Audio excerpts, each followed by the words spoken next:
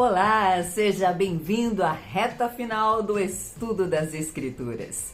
Vamos começar hoje suave. Vamos começar louvando a Deus com o livro de Salmos. Estamos finalizando hoje o Salmos 148. O salmista vem chamando toda a criação para louvar ao Senhor. No texto de ontem, ele falou para a natureza, para o monstro marinho, o mar, a terra, os montes. No texto de hoje, ele se dirige aos homens, sobretudo aos que têm poderes, aos que têm notoriedade. Mas não somente eles, como todos os povos. Porém, ele começa dizendo aos reis da terra e todos os povos, aos príncipes e todos os juízes da terra, moços e moças, velhos e crianças. Louvem todos o nome do Senhor, pois só o seu nome é exaltado e a sua glória está acima do céu e da terra. E encerra com aleluia. Vamos ao encerramento do livro do profeta Miqueias. Miqueias prevê a vinda do Messias. Vamos direto ao texto da profecia sobre o Messias. Mas tu, Belém Efrata, embora sejas pequena entre os milhares de Judá, sairá de ti para mim aquele que reinará sobre Israel, cujas origens são desde os tempos antigos, desde os dias da eternidade. 2 pontos. Por que Belém Efrata? Porque havia outra Belém. Esta Belém Efrata é ainda menor. Estava a quilômetros do sudoeste de Jerusalém. O profeta é bem claro em mostrar que do menor lugar, do mais improvável, dali sairia o Messias. E o segundo ponto a observar, que é desde a eternidade. O Senhor Jesus sempre existiu. Ele não passou a existir a partir do nascimento vindo da Virgem Maria. Ele sempre existiu. Pai, Filho e Espírito Santo estavam juntos na criação do mundo e estiveram e continuam juntos em todo o tempo.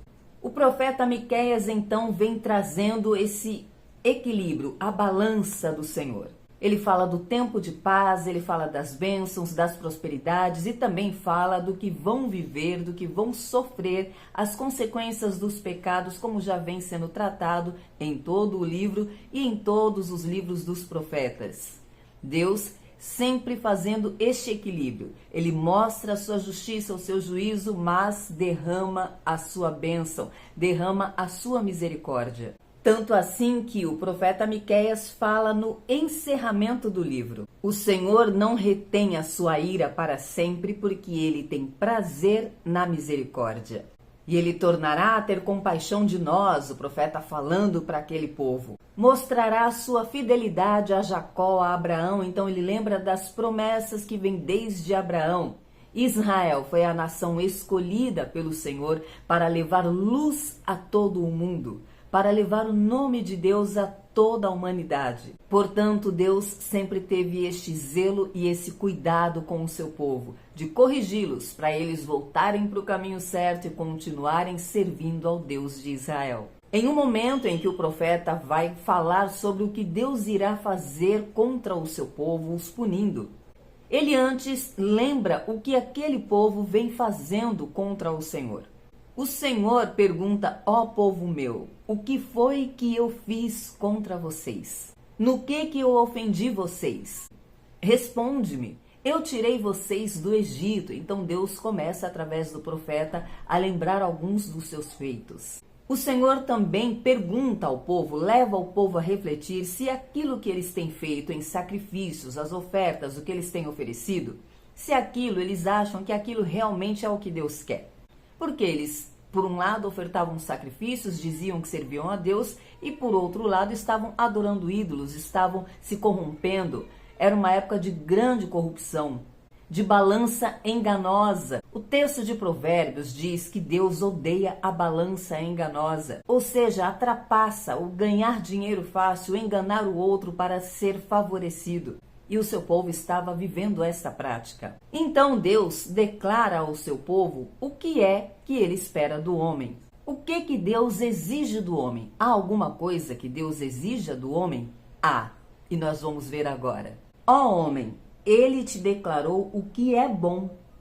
Por acaso o Senhor exige de ti alguma coisa além disto? Que pratiques a justiça, ames a misericórdia e andes em humildade com o teu Deus? Então, o que é que Deus exige do homem? Que pratiques a justiça, ame a misericórdia e ande em humildade com Deus. E tudo isso, como resumiu Jesus na lei, se resume em amar a Deus acima de todas as coisas. E ao teu próximo como a ti mesmo. Indo para a conclusão já do livro, o profeta Miqueias, a exemplos de todos os outros profetas, chega um momento em que ele lamenta pelo pecado do povo. E em seu lamento ele diz: ai de mim, porque estou como alguém que colhe no verão frutas de uma árvore que não tem fruto. Então ele fala da situação do povo, do quanto eles estão vivendo debaixo de suborno, de toda a corrupção. E diz que o melhor deles é como um espinheiro, e o mais justo é pior que uma cerca de espinhos. Miqueias fala da corrupção que era tamanha que chegou a um ponto que não seria possível confiar nas pessoas da sua própria casa. Ele disse que os inimigos do homem são os da sua própria casa, que se levantaria sogra contra nora, pai contra filho. Não havia em quem confiar. Eu, porém, confiarei no Senhor, esperarei no Deus da minha salvação, ele me ouvirá, disse o profeta Miqueias. E então, falando como em nome do povo, e usando de uma analogia, uma simbologia, referindo-se à cidade que iria os levar cativo, ele diz: não se alegrem com a nossa tristeza, não se alegrem ao meu respeito, inimiga minha. Quando eu cair, eu me levantarei. Quando eu estiver em trevas, o Senhor será a minha luz. Eu suportarei a ira do Senhor, porque tenho pecado contra ele. Aqui Miqueias faz como Davi, que disse ao Senhor que aceitava as consequências dos seus erros, reconheceu o seu erro, o seu pecado, e disse que aceitava a correção porque ele tinha errado. Miqueias fala pelo povo, ele se coloca no lugar desse povo pedindo perdão pela nação, e então diz que aceita as correções do Senhor. Ele diz que vai esperar o tempo do Senhor, até que o Senhor cumpra todo o seu juízo, e vai chegar o momento em que Deus irá os tirar das trevas para a luz. É chegado então o tempo de Miqueias trazer essa esperança, levar o povo a entender que vai chegar o tempo em que Deus irá resgatar o seu povo, vai liberar o perdão, vai sarar suas feridas. E é então que ele encerra o livro falando desta promessa e dizendo que Deus não se prolonga na sua ira, porque ele tem prazer na misericórdia. No entanto, lembre-se que no dia do juízo não haverá mais tempo. O tempo de se arrepender é agora, antes que Jesus volte. É o que veremos agora no Apocalipse. Chegamos no momento em que os anjos, os 7 anjos, irão derramar as 7 taças, e em cada uma delas contém a ira do Senhor, e serão derramadas sobre a terra. O juízo de Deus que começou. E antes de falarmos do que há em cada taça, presta atenção. Você vai ver no texto de hoje que mesmo quando Deus estava executando o seu juízo, os homens que carregavam em si, consigo, o selo da besta, o nome da besta, que tinham se rendido a esta besta. Esses homens, mesmo com toda a ira de Deus, não se renderam. Ao contrário, blasfemaram contra Deus. E qual é o ponto de atenção aqui? Diante de uma correção do Senhor, é o momento do homem se arrepender. Fazer como acabamos de ver no livro de Miqueias. Reconhecer o pecado, o erro, se arrepender. Mas estes homens escolheram blasfemar contra Deus. Você vai ver também no texto de hoje que Deus faz a separação do seu povo. Voltando lá no texto, no início do livro de Apocalipse, quando João escreveu as 7 igrejas, há um momento em que Deus fala de uma igreja de Sardes que tinham pessoas que mantiveram suas vestes brancas.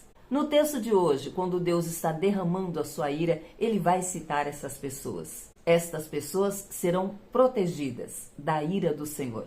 Então a mensagem principal para você guardar hoje, no texto de hoje, é: mantenha as suas vestes brancas. Mantenha-se separado para o Senhor. Seja perseverante, fiel e leal ao Senhor. E no momento em que Deus estiver te corrigindo, renda-se à correção do Senhor. Se arrependa enquanto há tempo para arrependimento. Vamos então conhecer agora o conteúdo de cada taça. João ouviu a voz que vinha do santuário dando ordem aos anjos para derramar as taças. Então o primeiro anjo derrama a taça. E nesta taça havia feridas, chagas que foram abertas na pele de cada homem que recebeu essa praga. E João descreve quem eram esses homens. Eram os homens que levavam o sinal da besta e adoravam a sua imagem. Você entende por que Apocalipse não é um livro de medo, de pânico, mas sim de esperança? Para quem ama a Deus, anda em retidão e obediência, não há medo. Veja que essa taça que foi derramada caiu sobre aqueles que adoravam a besta. Não é para você que adora ao Senhor. Segundo anjo, segunda taça. O anjo derramou a taça sobre o mar e toda a água se converteu em sangue. O texto diz que era o sangue como de um morto. Presta bem atenção que ele faz questão de explicar que era como o sangue de um morto. E todo ser vivente que havia no mar morreu. Então o terceiro anjo derrama a taça e agora ele atinge as fontes de água e os rios. A segunda taça era sobre o mar, agora é sobre as fontes de água e os rios. E também tudo se torna em sangue. E então vem a explicação do porquê as águas se transformarem em sangue e vai fazer sentido porque ele fez questão de dizer que era como de um morto. João diz que ouviu o anjo das águas dizer: Justo és tu, que eras e que é, o santo, porque julgastes estas coisas. Pois derramaram o sangue dos profetas, e tu lhes tem dado sangue para beber. Entendeu por que era sangue de mortos? É uma analogia sobre o sangue dos profetas. Os profetas que foram mortos, assassinados, por profetizar a palavra de Deus. Voltando lá para o começo do livro, lembramos que em um momento esses profetas estavam clamando ao Senhor e perguntando quando chegaria o dia em que Deus iria os justificar, em que a morte deles, o martírio pelo que eles passaram, seria vingado. Este é o momento.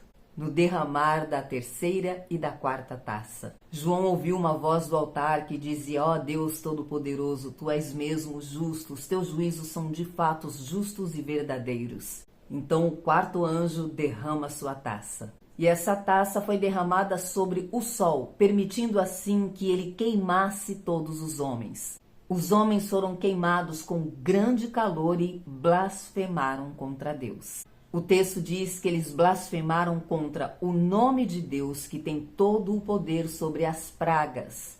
Então fica claro aqui que aqueles homens sabiam que estavam debaixo do juízo de Deus.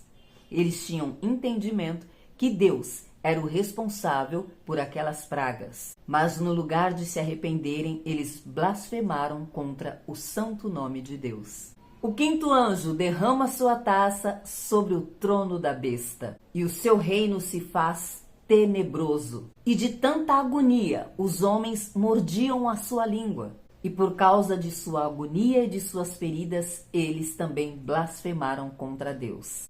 E não se arrependeram de suas obras. Então o sexto anjo derrama sua taça, e ela cai sobre o grande rio Eufrates. O rio secou para que se preparasse o caminho para os reis do Oriente. E então João narra o que ele viu: um dragão, uma besta e um falso profeta. São esses três símbolos que aparecem no juízo de Deus. São essas três figuras, essas três personas que estão em todo o tempo guerreando contra Deus. Lembre-se que nossa luta não é contra carne nem sangue, mas contra potestades do mal. O dragão, a saber, o Satanás, a besta e o falso profeta. Você ouviu bem? O falso profeta, que está atuante, eficazmente atuante hoje, nos dias de hoje. João diz que viu sair da boca do dragão, da besta e do falso profeta espíritos imundos. 3 espíritos impuros semelhantes a rãs. E esses espíritos, diz o texto, são demônios que operam sinais. Tá ouvindo? Que operam sinais. Eles vão ao encontro dos reis de todo o mundo, a fim de os reunir para a batalha do grande dia do Deus Todo-Poderoso.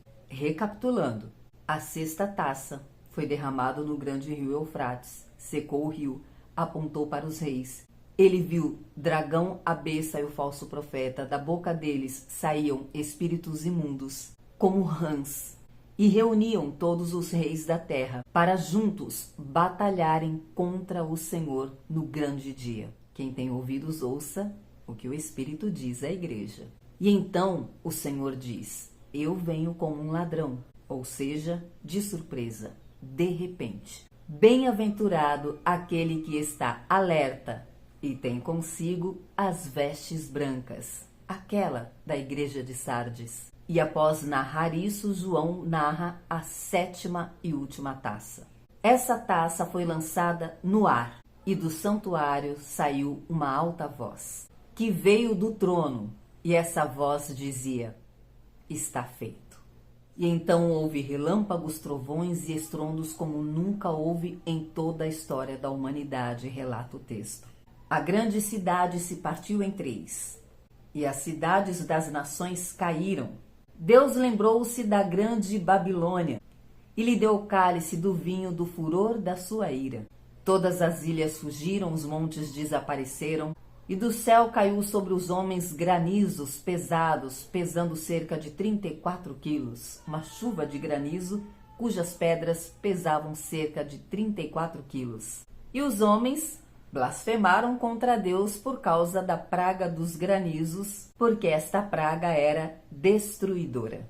Como disse o profeta Miqueias no encerramento do seu livro, sim, Deus não prolonga a sua ira, porque ele tem prazer na misericórdia. Mas isso é enquanto há tempo. O Apocalipse está aí para mostrar que tem um fim. E como você viu no texto de hoje, é de repente. É como a chegada de um ladrão. Então, mantenha suas vestes brancas, a lamparina acesa, olhos atentos, vigilantes e, sobretudo, ame ao Senhor acima de todas as coisas. E se Ele permitir, eu te espero aqui amanhã. Até lá!